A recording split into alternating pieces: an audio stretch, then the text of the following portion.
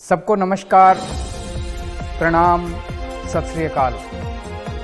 नमस्कार, चलिए जानते हैं दिल्ली की 25 बड़ी खबरों को सिर्फ 5 मिनट में। इससे पहले आप इस वीडियो को प्यारा सा लाइक नहीं किया तो वीडियो को प्यारा सा लाइक कर दीजिए और अभी तक इस चैनल को सब्सक्राइब नहीं किया चैनल को सब्सक्राइब कर दीजिए। और हाँ, दिल्ली की कहां से आप इस वीडियो को देख रहे हैं कमेंट बॉक्स में कमेंट कर जरूर बताइएगा। चलिए वीडियो शुरू करते हैं। विपक्षी एकता में दम नहीं, ओपी राजभर ने बताई एनडीए में शामिल होने की वजह, पूछा कि अब बंगाल वाले यूपी में वोट दिलाएंगे। सुहेल देव भारतीय समाज पार्टी के नेता ओम प्रकाश राजभर एक बार फिर से एनडीए में शामिल हो गए हैं। केंद्रीय गृह मंत्री अमित शाह ने रविवार को इसकी घोषणा की। एनडीए में शामिल होने के बाद ओम प्रकाश राजभर ने एबीपी न्यूज से बात की। उन्होंने कहा कि विपक्षी एकता में कोई दम नहीं है, इसलिए वो एनडीए के साथ आ गए हैं। 18 जुलाई को दिल्ली में एनडीए का शक्ति प्रदर्शन, अब तक 19 पार्टियों को भेजा गया न्योता। राष्ट्रीय जनतांत्रिक गठबंधन के 25 साल पूरे होने पर इसकी सिविल जुबली मनाई जा रही है। इसे लेकर 18 जुलाई को नई दिल्ली में गठबंधन के घटक दलों की बड़ी बैठक आयोजित की जा रही है। बैठक के लिए अब तक 19 राजनीतिक पार्टियों को न्योता भेजा जा चुका है। पीएम मोदी की अध्यक्षता में होने वाली इस बैठक को 2024 से चुनाव से पहले शक्ति प्रदर्शन के रूप में भी देखे जा सकते हैं। 25 साल पहले मई 1998 में एनडीए का गठबंधन हुआ, तब बीजेपी के दिग्गज नेता रहे अटल बिहारी वाजपेयी ने इसका पहला अध्यक्ष बने थे। टमाटर के लिए महिला को जाना पड़ा थाना, फिर 700 रुपए में हुआ राजीनामा। आपने इन दिनों सोशल मीडिया पर रील्स व ऐसी कई वीडियो जो देखे होंगे जिसमें लोगों को हंसाने के लिए टमाटर की रेहड़ी पर सिक्योरिटी में सुरक्षा गार्ड दिखाई दिए हैं, लेकिन लग रहा है कि ये अब सच में होने वाला है। टमाटर की सिक्योरिटी में सुरक्षा गार्ड खड़े करने ही पड़ेंगे, क्योंकि अब टमाटर जो चोरी होने लगे हैं। टमाटर चोरी का एक ऐसा ही मामला सामने आया दिल्ली के मुजफ्फरगढ़ इलाके, जहां एक महिला ने सब्जी की दुकान से 4 से 5 टमाटर चुरा लिए तो पुलिस ने उस महिला को हिरासत में ले लिया। केंद्र के अध्यादेश पर बन गई बात, आम आदमी पार्टी को मिला कांग्रेस का साथ, राघव चड्ढा बोले ये सकारात्मक विकास है। दिल्ली अध्यादेश को लेकर कांग्रेस और आम आदमी पार्टी का एक और साथ सामने आ गई है। मिली जानकारी के अनुसार कांग्रेस केंद्र के अध्यादेश के खिलाफ आपका साथ देगी। वहीं इस मुद्दे पर कांग्रेस महासचिव केसी वेणुगोपाल ने स्पष्ट रूप से केंद्र सरकार के अध्यादेश का विरोध करने की बात कही है। उन्होंने कहा कि कल विपक्षी की बैठक बेंगलुरु में होने वाली है और इस बैठक में शायद केजरीवाल शामिल होंगे।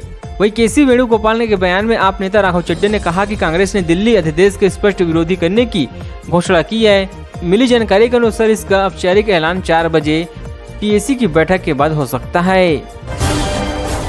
बाढ़ से निपटने के लिए केजरीवाल का एक्शन प्लान, 6 जिलों में मंत्रियों की तैनाती करना होगा ये सबसे काम। दिल्ली के कई इलाकों में बाढ़ का कहर अब भी जारी है। इन बाढ़ प्रभावित इलाकों में आर्मी और एनडीआरएफ के जवान लगातार रेस्क्यू ऑपरेशन चला रहे हैं। इसी बीच बाढ़ की स्थिति की घिरी आप सरकार ने लोगों को राहत पहुंचाने की पूरी योजना तैयार कर ली है। सीएम अरविंद केजरीवाल ने बाढ़ प्रभावित 6 जिलों में एक मंत्री की तैनाती कर दिया है, ताकि बाढ़ प्रभावित इलाकों में लोगों की समस्याओं का जल्द निराकरण किया जा सके। मंत्री कैलाश गहलोत को साउथ ईस्ट दिल्ली में लगाया गया, तो वहीं पूर्व दिल्ली में सौरभ भारद्वाज, उत्तरी दिल्ली में राजकुमार आनंद, सेंट्रल दिल्ली में इमरान हुसैन, सहरादा इलाके मंत्री गोपाल राय को, नॉर्थ ईस्ट दिल्ली में पीडब्ल्यूडी मंत्री अतिशी को लगाया गया है। महाराष्ट्र में पक रही है कौन सी खिचड़ी, अब शरद पवार का आशीर्वाद लेने पहुंचे सारे बागी। महाराष्ट्र में सियासी हलचल तेज हो चुकी है। पहले शुक्रवार को अजित पवार अपने चाचा शरद पवार से मिलने पहुंचे थे। अब रविवार को अजित पवार गुट के कई नेताओं ने मुंबई के वाईवीची शिवाड़ा सेंटर में शरद पवार से मुलाकात कर राजनीतिक सरगर्मी बढ़ गई है। इनसे भी चीफ से मुलाकात करने वालों में महाराष्ट्र के मुख्यमंत्री अजित पवार, प्रफुल्ल पटेल, छगन भुजबल, दिलीप वसले पाटिल और अन्य नेता शामिल रहे। इस मीटिंग के बाद प्रफुल्ल पटेल ने कहा कि आज हम सब हमारे नेता शरद पवार से मिलने आए हैं और हमने उनसे आशीर्वाद मांगा है। बिना बारिश बाढ़ से दिल्ली हुए लाचार, अब भी खतरे के निशान से 1 मीटर ऊपर बह रहा है यमुना का पानी। दिल्ली में पिछले 2 से 4 दिनों से बारिश तो नहीं हो रही है, लेकिन बिना बारिश के भी यमुना का जलस्तर भी कम नहीं हुआ है। यमुना का जलस्तर खतरे के निशान से 1 मीटर ऊपर बह रहे हैं। आसपास के इलाकों में बाढ़ जैसे हालात बने हुए हैं। यमुना के कहर से दिल्ली के कई इलाकों में लोगों का जनजीवन अस्त व्यस्त हो गया है। यमुना के तटीय इलाकों में पानी जमा होने से लोगों को पलायन करने के लिए मजबूर होना पड़ा है। यमुना नदी का जलस्तर अभी 206.14 तक पहुँच गया है। हाथीकुंड डैम से पानी छोड़े जाने के बाद यमुना का जलस्तर बढ़ गया, जिससे आसपास इलाकों में बाढ़ की स्थिति पैदा हो गई। यमुना नदी का पानी दिल्ली वालों के लिए एक परेशानी का सबक बना हुआ है। बाढ़ पीड़ितों के लिए आम आदमी पार्टी ने शुरू किया बाढ़ राहत रसोई, मंत्री अतिशी राहत शिविर के लिए दिया निर्देश। दिल्ली में यमुना का जलस्तर बढ़ने के बाद तटवर्ती क्षेत्रों के लोगों को सुरक्षित स्थानों पर राहत शिविर शरण ली गई है, जिसके बाद उनके खाने पीने व आवश्यक सामग्री के लिए सरकार व सामाजिक संस्थानों की तरफ से मदद पहुंचाई जा रही है। इसको देखते हुए आम आदमी पार्टी की तरफ से पार्टी मुख्यालय में बाढ़ राहत रसोई की शुरुआत की गई है। यहाँ भोजन के पैकेट को तैयार कर बाढ़ पीड़ितों तक पहुँचाई जा रही है। इसके अलावा दिल्ली सरकार की मंत्री एटीसी द्वारा दिशा निर्देश दिया गया कि राहत शिविर में किसी भी प्रकार की कोई दिक्कत नहीं आनी चाहिए। बिजली, पानी, शौचालय संबंधित हर सुविधा लोगों को उपलब्ध होनी चाहिए। एक देश एक कानून पर क्या बोल गए कुमार विश्वास, इसी के सवाल पर दिया है बड़ा जवाब। पिछले कुछ दिनों से समान नागरिक संहिता को लेकर देश भर में चर्चा चरम पर है। इसकी शुरुआत पीएम नरेंद्र मोदी ने भोपाल के एक जनसभा से हुई थी। अब एक सवाल के जवाब में यूसीसी को लेकर आपके नेता रहे और देश के युवा कवि कुमार विश्वास ने बड़ा बयान दिया है। उन्होंने कहा कि पीएम नरेंद्र मोदी ने इसकी चर्चा छेड़कर एक अच्छी शुरुआत की है। फिलहाल इसका मसौदा ही सामने नहीं आया है। कुमार विश्वास ने कहा कि समान नागरिक संहिता यानी यूसीसी का अभी तक कोई अंतिम मसौदा सामने नहीं आया है, न ही इस पर कोई चर्चा हुई है। दिल्ली में कब खुलेंगे स्कूल कॉलेज, अरविंद केजरीवाल बोले 1-2 दिनों में और दीजिए। दिल्ली में यमुना का जलस्तर बढ़ने से बाढ़ से परेशानी भी खत्म नहीं हुई है। बाढ़ प्रभावित इलाकों में लगातार रेस्क्यू ऑपरेशन चलाई जा रही हैं।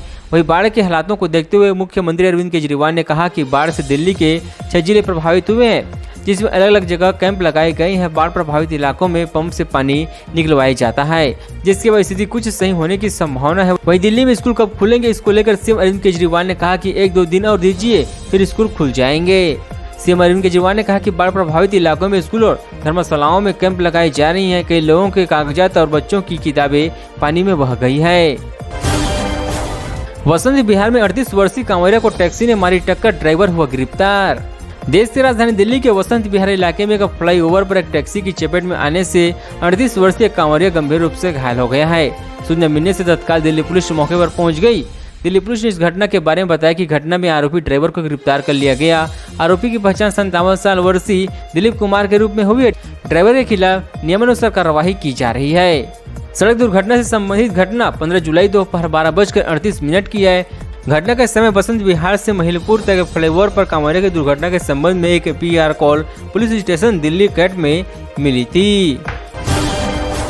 दिल्ली की सियासी बाढ़ में खुद आचार्य प्रमोद कृष्णम अरविंद केजरीवाल का सपोर्ट करते हुए एलजी पर कसा तंज। दिल्ली में भारी बारिश और बाढ़ की वजह से एक तरफ हालात की सिर है तो वहीं दूसरी तरफ इसको लेकर बीजेपी और आप और कांग्रेस के बीच सियासी घमासान जारी है। इसी बीच कांग्रेस के नेता आचार्य प्रमोद कृष्णम ने भी दिल्ली की सियासी बाढ़ में हाथ धोने के लिए कूद पड़े हैं। इन दिनों वैसे तो कांग्रेस और आप के खिलाफ स्टैंड लेने के लिए लाइमलाइट में रहते हैं, लेकिन अध्यादेश पर पार्टी की ओर से रुख साफ होते हैं तो उन्होंने दिल्ली की बाढ़ के लिए एलजी विनय कुमार सक्सेना को निशाने पर ले लिया है। उन्होंने ट्वीट कर बीजेपी का नाम लिए बगैर कहा कि दिल्ली के सारे अधिकारी बीजेपी वाले एलजी के बताते हैं। जब बाढ़ की वजह से हुए नुकसान और दिल्ली वालों की नाराजगी स्वीकार करने की आई तो बीजेपी वालों ने सीएम अरविंद केजरीवाल पर जिम्मेदार ठहरा दिया। कुमार विश्वास ने अरविंद केजरीवाल को बताया ऐतिहासिक भूल खो दिए, आम आदमी पार्टी छोड़े सारे भेद। देश की वह कमी और हर मसले पर बिना लाग लपटे में बोलने वाले कुमार विश्वास ने साक्षात्कार के दौरान बड़ा बयान देकर सबको चौंका दिया है। साथ ही आम आदमी पार्टी के नेताओं और कार्यकर्ताओं सहित उनके समर्थक को एक बार फिर से नाराज कर दिया है। इस बार उनसे जब यह पूछा गया कि दिल्ली के सीएम अरविंद केजरीवाल के बारे में आपके क्या विचार हैं तो इस पर उन्होंने तापक से जवाब दिया कि उन्हें मैं एक ऐतिहासिक भूल मानता हूं, जबकि पीएम नरेंद्र मोदी को एक संकल्प और राहुल गांधी को भोला प्रयास करार दिया है। इस तरह लोकसभा चुनाव 2024 को लेकर जब उसने यह पूछा गया कि क्या आप लोकसभा का चुनाव लड़ेंगे, इसका जवाब देते हुए वक्त उन्होंने अपने दिमाग पर जोर लगाया और कहा कि मैं कह नहीं सकता। इसे आगे उन्होंने कहा कि ऐसा मैं इसलिए कह रहा हूँ कि भारतवासी जजमेंट होते हैं। यमुना से कश्मीरी गेट स्कूल में फंसे छात्र बचाव दल से सुरक्षित बाहर निकाला गया। दिल्ली के विभिन्न इलाकों में अभी भी यमुना का कहर जारी है। जगह जगह लोगों के फंसे होने की खबर सामने आ रही है। राहत की बात यह कि यमुना के जलस्तर में पिछले 24 घंटों में कोई बढ़ोतरी दर्ज नहीं की गई है और पानी कल की अपेक्षा घट गया है। लेकिन फिलहाल दिल्ली वालों को बाढ़ से राहत नहीं मिली है। खासतौर पर यमुना के तटीय और निचले इलाकों में हालात स्थिर बने हुए हैं। यमुना के पानी के कश्मीरी गेट स्थित एक स्कूल में घुसने से वहां दर्जन छात्र फंस गए थे। इसकी सूचना मिलते ही बचाव दल ने मौके पर पहुंचकर सभी को वहां से सुरक्षित निकाला। पुलिस से मिली जानकारी के मुताबिक शनिवार दोपहर करीब 1 बजे कश्मीरी गेट थाने की पुलिस को धर्मसंघ विद्यालय गुरुकुल में यमुना के पानी के घुसने की वजह से 12 छात्रा के फंसे होने की सूचना मिली थी।